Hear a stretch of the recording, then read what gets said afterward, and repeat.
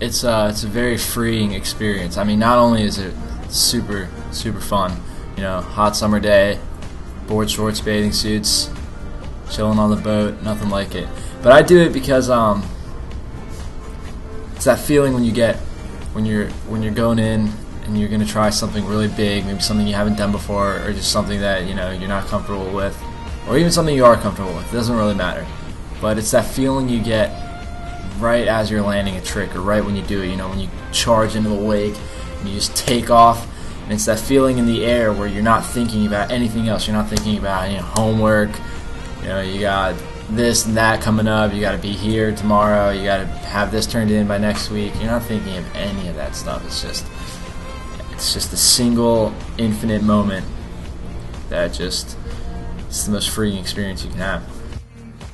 It's one of the only sports I've ever experienced where you could have an amazing, exciting time and also be amazingly relaxed at the same time.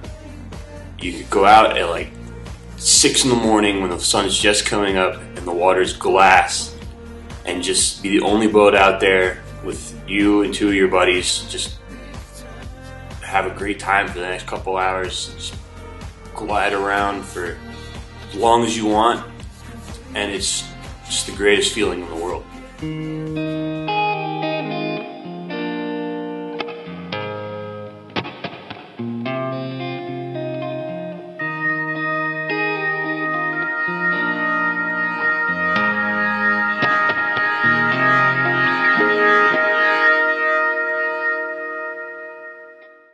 I think a lot of people think that it's harder than skiing. I think in terms of just getting up and riding around, it's easier than skiing. You know, when you're going on 2 skis and you're out of control, you can have your legs go like this, which is not fun. But on a wakeboard, you don't really have that problem. As long as you get up and keep the handle to your side, you can pretty much ride as soon as you find that balance. It's the tricks that are the hard part.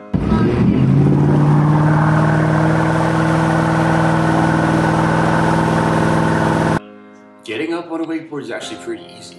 If you imagine you're in a seated position on hard ground with your legs in front of you, and someone's trying to help you up by grabbing you and pulling you up, and you're just letting them pull you. When that happens, you don't fight them, you let them pull you up.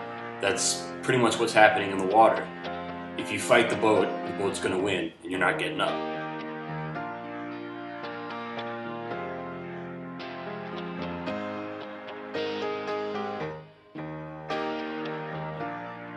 It is dangerous. Both of my family members have gotten hurt doing it because the board came off their feet, and as they resurfaced, it skidded across the water and hit them in the head area.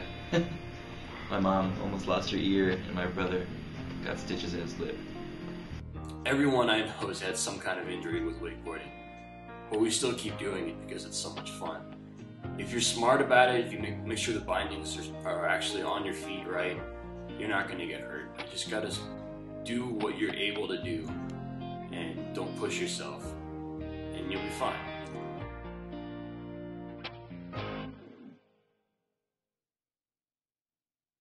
It really is a unique experience, you know, because you have to have speed to be able to do it, you know, which is pretty cool because you're hovering above water. You're sliding across the water, which is pretty neat. And you know that if you slow down, if you fall, you're just gonna sink, which is kind of a cool feeling. You can do some, you know, really interesting things. You know, you can lean way back and drag your finger in the water, look at your reflection. Wakeboarding is unique. That's a unique experience. There's not much like it in the world.